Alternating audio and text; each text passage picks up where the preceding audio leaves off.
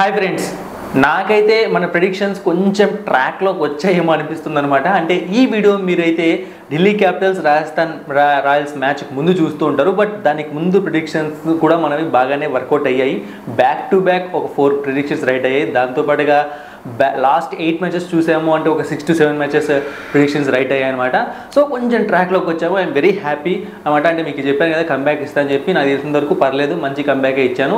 ఇక్కడ నుంచి కూడా మంచి ప్రిడిక్షన్స్ ఇవ్వడానికి ట్రై చేస్తాను. సో డిస్క్రిప్షన్ బాక్స్లో Telugu bus Telegram channel link ఉంది, వెంటనే వెళ్ళి జాయిన్ అయిపోండి. ఇక నెక్స్ట్ మ్యాచ్ ఎవరి మధ్య జరగబోతుంది అంటే సన్ రైజర్స్ హైదరాబాద్ మరియు లక్నో సూపర్ జైంట్స్ మధ్య జరగబోతోంది.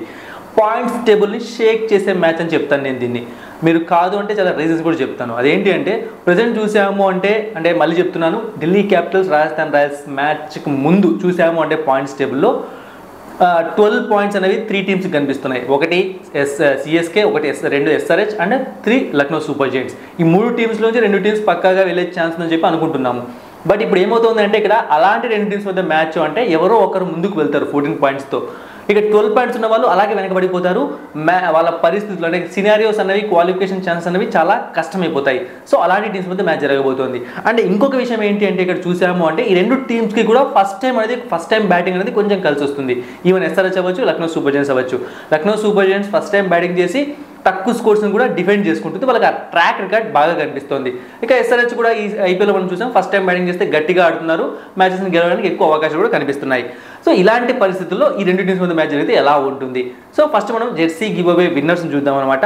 పవన్, సాయి కిరణ్, జతిన్, పర్వేష్, సుధీర్, ఈ 5 మందిని కూడా నేను కాంటాక్ట్ అవ్వడం జరిగింది. జెర్సీ సెండ్ చేయడం కూడా జరిగింది. మీ దగ్గరికి జెర్సీ వచ్చేలోపు 4 to 6 days ప్లీజ్ వెయిట్ చేయండి.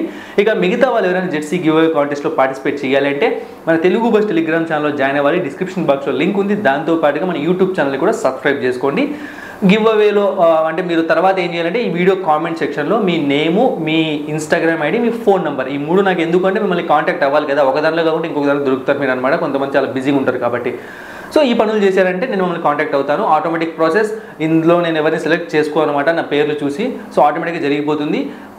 ఎవరు విన్ అయినా కూడా నాకు అంటే హ్యాపీగా ఫీల్ అవ్వండి. ఎందుకంటే ప్రతి ఒక్కరికి ఛాన్స్ అనేది వస్తూ ఉంటుంది, తప్పకుండా వస్తుంది. ఇంకా ఫ్యూచర్ చాలా ఉంది కాబట్టి నేను ఇంకా మంచి గివ్ అవేలు పెట్టడానికి ట్రై చేస్తూ ఉంటాను.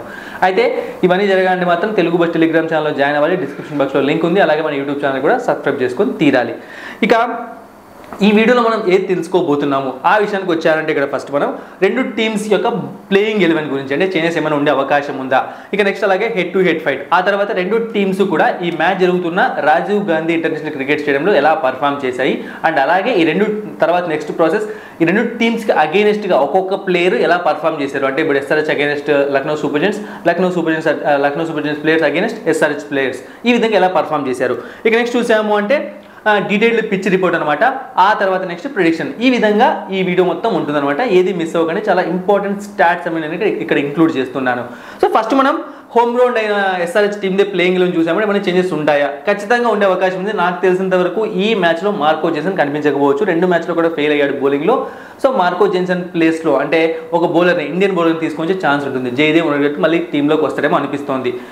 అయితే ఒకవేళ ఇదే జరిగితే అంటే జయదేవ్ ఉన్నట్టు ఫిట్ అయిపోయి మార్కో జెన్సన్ బయటకు వెళ్ళిపోతే వీళ్ళకు ఇంకొక ఆప్షన్ అనేది వస్తుంది. అదేంటి అంటే ఒక ఓవర్సీస్ బ్యాట్స్మెన్ కూడా ఆడించుకోవచ్చు, లేకపోతే ఇంకొక ఓవర్సీస్ బౌలర్ని. బట్ ఓవర్సీస్ బౌలర్ దగ్గరికి వెళ్ళరు, ఖచ్చితంగా ఓవర్సీస్ బ్యాట్స్మెన్ వచ్చే అవకాశం ఉంటుంది. ఆ టైంలో మయాంక్ అగర్వాల్ని బయటకు పంపించి ఎయిడెన్ మార్క్రమ్ని కూడా టీంలోకి తీసుకొని రావచ్చు.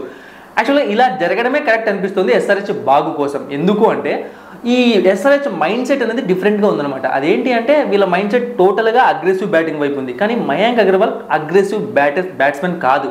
అతను స్లోగా ఇన్నింగ్స్ స్టార్ట్ చేసి యాంకర్ ఇన్నింగ్స్ ఆడి లాస్ట్లో కొడదాం అనుకునే ప్లేయర్. కానీ ఇక్కడ ఎస్ఆర్హెచ్లో ఎవరు అలాంటి వాళ్ళు లేరు. ఒకవేళ అలాంటి వాళ్ళు ఇంకొకరు ఎవరైనా ఉంటే వాళ్ళతో కలిసి రన్ రేట్ పెంచుకుంటూ పోదాం అనుకో. హెన్రిచ్ క్లాసన్ వస్తాడు లాస్ట్లో, అబ్దుల్ సమాద్ వస్తాడు, షాబాజ్ అహ్మద్, అందరూ కూడా హిట్టర్లే. నితీష్ కుమార్ రెడ్డి కూడా హిట్టర్ అయిపోయాడు. సో ఈ టైంలో ఎయిడెన్ మార్క్రమ్ ఉండడమే correct. Aiden Markram anchor innings ఆడుతూ చాలా త్వరగా ఇన్నింగ్స్ని చేంజ్ చేస్తాడు అనమాట. అంటే స్లోగా ఆడుతూ ఇప్పుడు 20 balls ఆడాడు అనుకోండి, తర్వాత వెళ్ళిపోతాడు ఫాస్ట్గా ఆడడం. కానీ మయాంక్ అగర్వాల్ అలా కాదు, చాలా టైం తీసుకుంటాడు. కనీసం 30 balls 40 balls ఆడే వరకు తన స్ట్రైక్ రేట్ని పెంచాడు. సో ఈ రోజు మరి ఏమన్నా నాకు డౌట్ వస్తుంది అనమాట, ఎయిడెన్ మార్క్రమ్ కూడా తీసుకొని వస్తారేమని. బట్ నేను ఎందుకో మయాంక్ అగర్వాల్ అలాగే ప్లేయింగ్ లో ఉంచుతున్నాను. ఒకసారి మనం ప్లేయింగ్ లో చూసాము అంటే Abhishek Sharma, Travis Head, Mayank Agarwal, Nitish Kumar Reddy, Heinrich Klaasen, Abdul Samad, Shahbaz Ahmed, Pat Cummins, Bhuvneshwar Kumar, Jaydev Unadkat, T Natarajan, impact ప్లేయర్గా మయాంక్ యాదవ్. సో చెప్పాను కదా, ఎప్పుడైతే మార్కో జెన్సన్ పోతాడో ఇక మయాంక్ యాదవ్ స్పిన్నర్గా టీంలోకి వచ్చే ఛాన్స్ అయితే కనిపిస్తోంది. చూద్దాం మరి ఏం జరుగుతుందో. ఇది మరి ఎస్ఆర్హెచ్ టీంలో ఉన్న ప్రాబ్లమ్స్ ఏంటి, అసలు ఏమైనా ఎక్కువ ప్రాబ్లమ్స్ ఫేస్ చేస్తున్నారు వీళ్ళంటే? నాకు తెలిసినంత వరకు వీళ్ళకున్న పెద్ద ప్రాబ్లం ఏంటి అంటే చెప్తున్నా కదా, అగ్రెసివ్ బ్యాటింగ్ లేకపోవడమే వీళ్ళకి ప్రాబ్లం అవుతుంది. మనం చూసిన స్టార్టింగ్ ఒక 4-5 మ్యాచెస్ బ్యాక్ చూసిన ఎస్ఆర్హెచ్ వేరు, ఇప్పుడు ఆడుతున్న ఎస్ఆర్హెచ్ వేరు. సో అదే అపోజిషన్ టీమ్స్కి దొరికిపోతుంది అనమాట. ఇంతకుముందు వీళ్ళు అపోజిషన్కి దొరికేవాళ్ళు కాదు. పవర్ ప్లేలోనే 100, 90, 120 రన్స్ చేసినప్పుడు ఆటోమేటిక్గా టీమ్ స్కోర్ అనేది 220, 230, 250 ఈజీగా రీచ్ అయిపోయేది. సో ఎప్పుడైతే ట్రావిస్ హెడ్ అండ్ అలాగే అభిషేక్ శర్మ కొంచెం స్లోగా ఆడుతున్నారో, సో ఇక నార్మల్ టీమ్స్ లాగా అయిపోయింది ఇది కూడా. ఎస్ఆర్హెచ్ ఏమిగా పెద్ద డిఫరెంట్ ఏం కాదు కాబట్టి ఈజీగా కొట్టగలుగుతున్నారు. యాక్చువల్గా వీళ్ళ బ్యాటింగ్ పవర్ వల్ల వీళ్ళు బతికిపోయేవాళ్ళు. ఇప్పుడు అది ఇక్కడ మైనస్ అవుతుంది, అంతకుమించి పెద్ద ప్రాబ్లం ఏం లేదు. అయితే ఇంకా హెన్రిచ్ క్లాసన్ లాస్ట్లో వస్తున్నాడు అంటే కొంచెం లేట్గా వచ్చిన హెన్రిచ్ క్లాసన్ కొంచెం టైం తీసుకుని ఒక 15 బాల్స్ 20 బాల్స్ కొంచెం స్లోగా ఆడితే బెటర్ ఏమో. ఎందుకంటే అతనిపైన టీం డిపెండ్ అవుతుంది. అతను బ్యాటింగ్కి వస్తున్నాడు అంటే ఇంతకుముందు పరిస్థితులు వేరు. ఎలా ఉండేటివి? ఇంతకుముందు పూర్తిగా టీం సెట్ అయిపోయి అప్పటికే 170, 180, 200 వచ్చాక వచ్చేవాడు. కానీ ఇప్పుడు వికెట్స్ పడుతున్నాయి కదా, అగ్రెసివ్ బ్యాటింగ్ ఆడడం లేదు కాబట్టి ఒక 100కో 120కో 110కో వచ్చేస్తున్నాడు. సో ఆ టైంలో కొంచెం టైం తీసుకొని బ్యాటింగ్ చేస్తే టీంకి ప్లస్ అవుతుంది అనమాట. నితీష్ కుమార్ రెడ్డి రూపంలో మాత్రం టీంకి మధ్యలో చాలా మంచి స్ట్రైక్ రేట్ ఉన్న బ్యాట్స్మెన్ దొరికాడు. సో లాస్ట్ మ్యాచ్ ఫెయిల్ అయినప్పటికీ అతని పైన నమ్మకం ఉంది, ఖచ్చితంగా బాగా ఆడతాడని చెప్పి. ఇక బౌలింగ్ విషయానికి వచ్చాము అంటే వాళ్ళు బాగానే బౌలింగ్ చేస్తున్నారు. ఏ మ్యాచ్ కూడా మరి అంత దారుణంగా ఫెయిల్ అవ్వట్లేదు. అలా కంపేర్ చేస్తే చాలా టీమ్స్ ఇంకా ఘోరంగా బౌలింగ్ చేస్తున్నాయి. సో ఉన్న ప్రాబ్లం ఏంటంటే అగ్రెషన్ తగ్గడమే ఎస్ఆర్హెచ్కు మైనస్ అవుతుంది. ఇక నెక్స్ట్ చూసాము అంటే లక్నో సూపర్ జైంట్స్ ప్లేయింగ్ లెవెల్లో మార్పులు ఉంటాయా? ఖచ్చితంగా ఉండే అవకాశం ఉందన్నమాట. క్వింటన్ డీకాక్ నాకు తెలిసి ఫిట్ అయిపోయి ఉంటాడు, ఎందుకంటే లాస్ట్ మ్యాచ్ కూడా ఫిట్ అన్నట్టే మాట్లాడాడు కేఎల్ రాహుల్. సో ఫిట్ అయిపోతే ప్లేయింగ్ లెవెల్లోకి వచ్చేస్తాడనమాట. ఇక ఓపెనర్స్గా ఇద్దరు కొనసాగుతారు. అండ్ ఒకవేళ రాకుంటే ఏం జరుగుతుంది అంటే కైల్ మెర్సన్ కూడా ట్రై చేయొచ్చు ఈ మ్యాచ్ కోసం, ఒకవేళ క్వింటన్ డీకాక్ ఫిట్ కాకుంటే. అండ్ అలాగే ఆస్టన్ టర్నర్ని పక్కన కూర్చోబెట్టేస్తారనిపిస్తుంది ఈ మ్యాచ్లో. అలాగే ఇక అమిత్ మిశ్రా లేదా యుజ్వేంద్ర సింగ్ చరక్, ఈ ఇద్దరులో ఎవరో ఒకరు ఇంపాక్ట్ ప్లేయర్గా వచ్చే అవకాశం ఉందేమో అనిపిస్తుంది. అంతకుమించి పెద్ద చేంజెస్ ఏం జరగవు అనమాట. అంటే ఫోర్స్ చేంజెస్ ఏం చేయట్లేదు ఇక్కడ. ఒక ప్లేయర్ ఇంజూరీ అయ్యాడు, అతని వల్ల ఆ ఓవర్సీస్ కాంబినేషన్ చేంజ్ అయ్యాయి కాబట్టి అలా జరిగింది. బట్ అతను ఒకవేళ ఫిట్గా వచ్చాడంటే మాత్రం ఇక నార్మల్గా ఇంతకుముందు టీం లాగే తయారైపోతుంది లక్నో సూపర్ జైంట్స్. చూసాము అంటే KL Rahul, Quinton de Kock, Marcus Stoinis, Deepak Hooda, Nicholas Pooran, Ayush Badoni, Krunal Pandya, Ravi Bishnoi, Naveen ul-Haq, Mohsin Khan, Yash Thakur, impact ప్లేయర్గా యుజ్వేంద్ర సింగ్ చరక్ లేదా అమిత్ మిశ్రా. మరి లక్నోలో ఉన్న ప్రాబ్లమ్స్ ఏంటి? సో చూడండి, ప్రతిసారి లక్నో టీం గురించి చెప్పినప్పుడు ఒకటే చెప్తాను, వీళ్ళ టీంలో పెద్ద ప్రాబ్లమ్స్ ఏం కనిపించట్లేదు. బట్ లాస్ట్ మ్యాచ్ మనం మొన్న కంపారిజన్ చేసాము అంటే జస్ట్ కొలాప్స్ అయింది ఆ టీం. కొన్నిసార్లు జరుగుతూ ఉంటుంది, ఎంత పెద్ద మంచిగా పర్ఫామ్ చేసే టీం అయినా సరే అప్పుడప్పుడు అలా కొలాప్స్ జరుగుతూ ఉంటుంది. ఆ కొలాప్స్ మాత్రం అయింది కానీ టీం గేమ్ పెద్ద ప్రాబ్లమ్స్ కనిపించట్లేదు. అండ్ క్వింటన్ డీకాక్ ఒకవేళ టీంలోకి వచ్చాడంటే సెట్ అయిపోతుంది, బట్ బాగా ఆడాలి. అంటే ఓపెనింగ్ ప్రాబ్లమ్స్ కొన్ని కనిపిస్తున్నాయి అనమాట, అది కూడా వెళ్ళిపోతే ఇంకా బాగా ఆడగలుగుతారు. ఇక బౌలింగ్ విషయానికి వచ్చాము అంటే సో ఇక్కడ రవి బిష్నాయ్ అనమాట వికెట్ టేకింగ్ బౌలర్, వీళ్ళకి గో టు మ్యాన్ కేఎల్ రాహుల్కి. బట్ ఈ ఇయర్ మాత్రం అంత పర్ఫెక్షనిస్ట్గా అంటే మీకు అనొచ్చు వికెట్స్ తీసుకుంటున్నాడు కదా అని చెప్పి, బట్ అలా కాదు, ఇంతకు ముందులాగా అయితే పర్ఫామ్ చేయట్లేదు. ఇక పేస్ బౌలర్స్ పర్లేదు, నో ప్రాబ్లం అనమాట. సో ఈ విధంగా ఉంది లక్నో సూపర్ జైంట్స్ టీమ్ అన్నది. మరి ఇక నెక్స్ట్ రెండు టీమ్స్ మధ్య హెడ్ టు హెడ్ ఫైట్ చూసాము అంటే మాత్రం చాలా ఇంట్రెస్టింగ్ ఉందన్నమాట. ఎందుకంటే ఇప్పటివరకు 3 మ్యాచ్లు జరిగితే ఆ 3 మ్యాచ్లో కూడా లక్నోనే గెలిచింది. ఇంతవరకు ఎస్ఆర్హెచ్ ఏ మ్యాచ్లో గెలవలేదు. అండ్ ఈ 2024 ఐపీఎల్లో రెండు టీమ్స్ ఫస్ట్ టైం తలబడబోతున్నాయి. ఇక ఎస్ఆర్హెచ్ ప్లేయర్స్ పర్ఫార్మెన్స్ ఎలా ఉంది రాజీవ్ గాంధీ ఇంటర్నేషనల్ క్రికెట్ స్టేడియంలో చూసాము అంటే ట్రావిస్ హెడ్ 5 ఇన్నింగ్స్లో 182 runs, Abhishek Sharma 12 innings 183 runs 2 wickets, Mayank Agarwal 12 innings 247 runs, Nitish Kumar Reddy 3 innings 103 runs wickets తీసుకోలేదు, Heinrich Klaasen 9 innings 393 runs 65 average, Abdul Samad 5 innings 109 runs, Marco Jansen 5 innings 16 runs 6 wickets, Shahbaz Ahmed 5 innings 58 runs 3 wickets, Pat Cummins 5 innings 31 runs 5 wickets, Bhuvneshwar Kumar 47 innings 46 wickets, Jaydev Unadkat 11 innings 11 wickets. ఇక next T Natarajan 2 innings 0 wickets. ఈ విధంగా ఉంది. ఇక next SRH players against Lucknow super giants team ఎలా perform చేశారు ఒకసారి చూసామంటే Travis head ఎప్పుడు ఆడలేదు, అభిషేక్ శర్మ 2 ఇన్నింగ్స్ ఆడితే 20 runs 1 wicket, Mayank Agarwal 2 innings 33 wickets, Nitish Kumar Reddy ఎప్పుడు ఆడలేదు, హెన్రిచ్ క్లాసన్ 1 ఇన్నింగ్ ఆడాడు 47 రన్స్, అబ్దుల్ సమద్ 3 ఇన్నింగ్స్ ఆడితే 58 రన్స్, మార్కో జెన్సన్ ఎప్పుడు ఆడలేదు, Shahbaz Ahmed 3 innings 26 runs 0 wickets, Pat Cummins ఎప్పుడు ఆడలేదు, Bhuvneshwar Kumar 3 innings 1 wicket, Jaydev Unadkat 2 innings 4 wickets, T Natarajan 2 innings 2 wickets. ఈ విధంగా ఉన్న ఎస్ఆర్హెచ్ స్టాట్స్ అనేవి టోటల్గా ఈ మ్యాచ్కి సంబంధించినవి. ఇక next Lucknow super giants players Rajiv Gandhi international cricket స్టేడియంలో ఎలా పర్ఫామ్ చేశారు.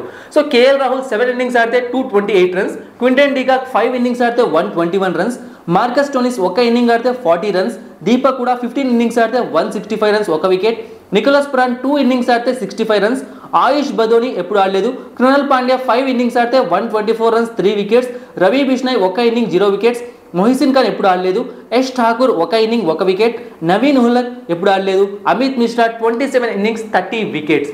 ఇక next Lucknow super giants team అన్నది అగేనిస్ట్ సన్ రైజర్స్ హైదరాబాద్ ఎలా పర్ఫామ్ చేసింది చూసాము అంటే కేఎల్ రాహుల్ 12 ఇన్నింగ్స్ ఆడితే 428 రన్స్, క్వింటన్ డికాక్ 12 ఇన్నింగ్స్ ఆడితే 401 runs, Marcus Stoinis 6 innings 106 runs 3 wickets, Deepak కూడా 6 innings 91 runs, Nicholas Pooran 6 innings 193 runs, Ayush Badoni ఒక inning 19 runs, Krunal Pandya 13 innings 229 runs 11 wickets, Ravi Bishnoi 6 innings 8 wickets, Mohsin Khan ఎప్పుడు ఆడలేదు, యష్ ఠాకూర్ 2 ఇన్నింగ్స్ 2 వికెట్స్, నవీన్ ఉల్హక్ ఎప్పుడు ఆడలేదు, అమిత్ మిశ్రా 14 ఇన్నింగ్స్ 12 వికెట్స్. ఈ విధంగా ఉన్నాయి లక్నో సూపర్ జైంట్స్ టీమ్ అనేవి పూర్తిగా వాళ్ళ స్టాట్స్ అనేవి.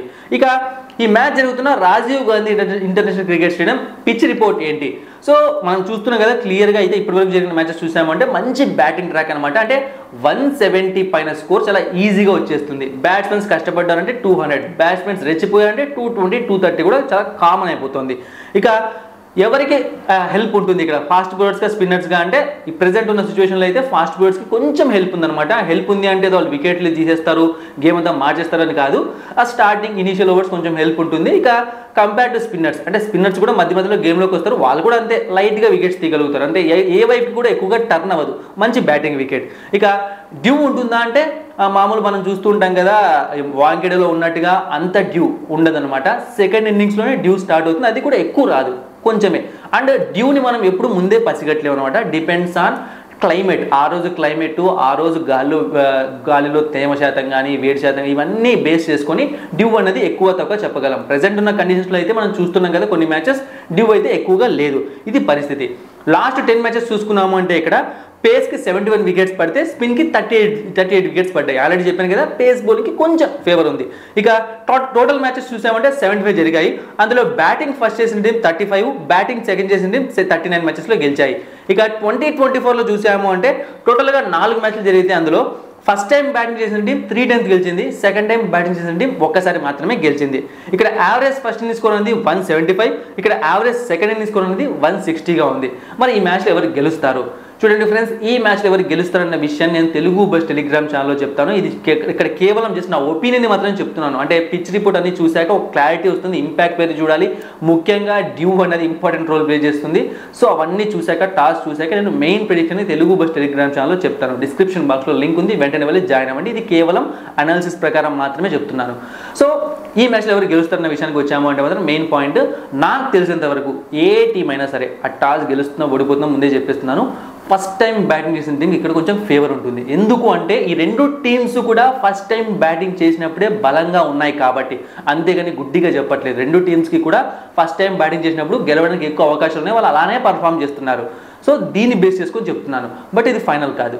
Thank you for watching and supporting మీ. మరిన్ని ఇంట్రెస్టింగ్ వీడియోస్ కోసం సబ్స్క్రైబ్ చేయడం మర్చిపోకండి.